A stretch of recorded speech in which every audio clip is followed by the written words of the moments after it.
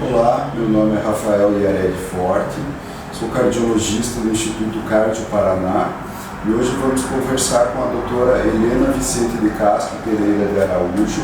Ela é angiologista e cirurgiã vascular, sobre um tema muito interessante que vários pacientes encaminharam perguntas nas nossas mídias sociais, Instagram, Facebook, que é a trombose. Olá, doutora. Tudo bem, doutor Rafael? Tudo bem? Me conte, o que a senhora tem para nos falar sobre trombose? Primeiro é um prazer falar com vocês. A trombose é quando o sangue coagula dentro do vaso. Nós temos as tromboses arteriais, que são dentro das artérias, e as mais comuns, as mais temidas também pela população em geral, que é a trombose venosa, que acontece dentro das veias.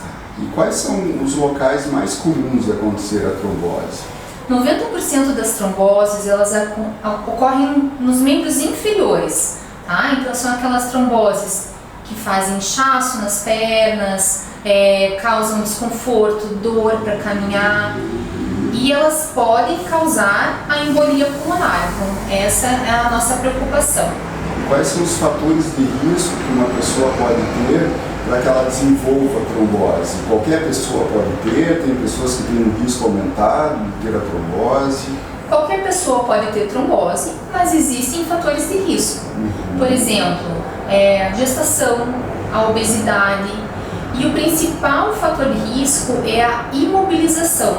Então, o paciente que fez uma cirurgia, que ficou longas horas deitado na mesma posição, ou o paciente que teve uma fratura, que colocou gesso na perna, então qualquer imobilização, uma viagem longa, é um fator de risco. E a doutora falou sobre viagem longa, então uma viagem internacional, por exemplo, que vai ter mais do que 6 horas, acaba sendo um fator de risco para a trombose. Com certeza, acima de 4 horas, ela já aumenta bastante o risco de você ter trombose. Em alguns pacientes que têm predisposição familiar ou que têm trombofilia, que é uma alteração genética, algumas vezes nós indicamos até a profilaxia com medicação. Então, antes de fazer essa viagem longa, o paciente deve tomar uma medicação 2 horas antes para diminuir a chance de ter trombose. Entre os outros fatores de risco, paciente que tem alguma doença, por exemplo, oncológica, aumenta muito o fator, câncer, né? Paciente que usa anticoncepcional. Então, as mulheres têm mais predisposição pela própria gravidez, pelo uso de anticoncepcional, do que o homem, né, quando faz esse uso.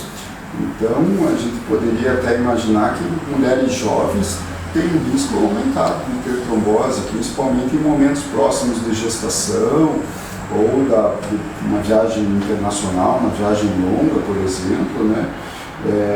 Existe uma idade a partir da qual esse risco aumenta ou independe? O risco aumenta com a idade. Então, o paciente idoso tem muito mais risco de ter trombose do que um paciente jovem. Mas se o paciente tem um fator de risco, então tem história na família, a mãe, o pai que já teve trombose, ou uso anticoncepcional, existe a chance em paciente jovem também, né? Então, os casos podem acontecer tanto desde a adolescência até a idade adulta e o idoso, e conforme a idade vai avançando, você tem mais chance de ter trombose. E a trombose, toda trombose é grave, doutor?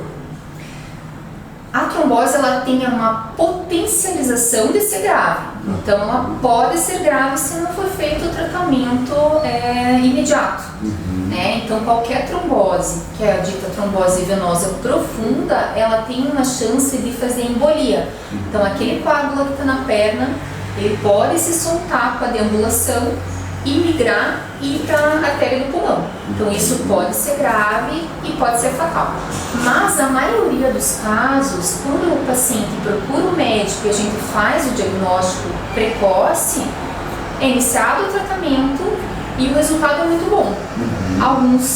Muitos sem sequelas e alguns vão ter sequelas, mas mesmo assim a chance de embolia quando você instala o tratamento é muito pequena. E essa embolia acaba sendo algo que traz risco para a vida também, né? Com certeza, a embolia daí é outro nível da trombose. A gente diz que é o TEV, que é o tromboembolismo venoso, né? E o TEP, que é o tromboembolismo pulmonar. Então, o tromboembolismo pulmonar, ele tem risco de vida e tem que ser feito o tratamento no hospital. E quais são os sintomas que a pessoa tem quando tem uma trombose? Como que ela percebe isso? Geralmente o paciente tem um inchaço muito importante. Esse inchaço ele tem de ser unilateral, então uma perna só. Quando você tem inchaço nas duas pernas, contraindica o diagnóstico de trombose, não é impossível, mas é menos provável do que quando acontece numa perna só. Além disso, você tem vermelhidão, pode ter um arrochamento da pele, dor, principalmente quando você faz a flexão do pé. Então, quando você faz a flexão do pé, você pode sentir mais esse sintoma. E a dor principal é em panturrilha. Panturrilha. É o local mais comum da trombose. É o local mais comum, mas nem toda trombose traz tanto sintoma assim. Então, às vezes é uma dor discreta, mas é uma dor que está incomodando, que já está passando alguns dias, não é uma dor muscular. E o diagnóstico é feito com ecografia. Então, a gente faz um ecodoppler para olhar as veias. E esse efeito diagnóstico tem uma sensibilidade e uma especificidade muito boa. Então, se fez o Doppler, se der negativo, a chance de você ter trombose é mínima. E ao contrário também, se der positivo, já tem que ser iniciado o tratamento porque fecha o diagnóstico. E é um exame de baixo custo, é um exame que não traz nenhum risco para o paciente, né? Não usa contraste, não usa radiação e de fácil acesso, né, doutor? Com certeza. É um exame que a gente faz o diagnóstico na hora, o resultado sai na hora. Tem que ser especialista, né? A pessoa tem que saber fazer o exame, mas é um exame que muda o prognóstico do paciente. Então, se deu positivo, a gente já começa o tratamento e o resultado final, e a gente consegue evitar sequelas com o tratamento precoce. E quais são as sequelas locais nas pernas da pessoa? Existe o risco de ficar uma sequela? Com certeza. Se não for feito o tratamento, ou mesmo se for feito o tratamento e não for usado um meio elástico, quando é indicado, a gente pode ter a síndrome pós-trombótica. A síndrome pós-trombótica, o paciente já não tem mais a trombose, mas quando você tem essa trombose, você faz lesão das válvulas das veias. Então, dentro das veias nós temos válvulas que fazem com que o sangue vá do tornozelo lá para o abdômen e volte para o coração. Quando o paciente já teve trombose alguma vez na vida, essas válvulas não funcionam de forma adequada. Então, nós precisamos fazer o tratamento com meias e anticoagulante de longo prazo para que tenha um retorno venoso mais facilitado. Tá? Quando isso não acontece, essa deficiência da válvula pode causar inchaço crônico, manchas, aquela dermatite ócrea, aquela mancha amarronada no tornozelo, que é uma mancha definitiva, é muito difícil de clarear.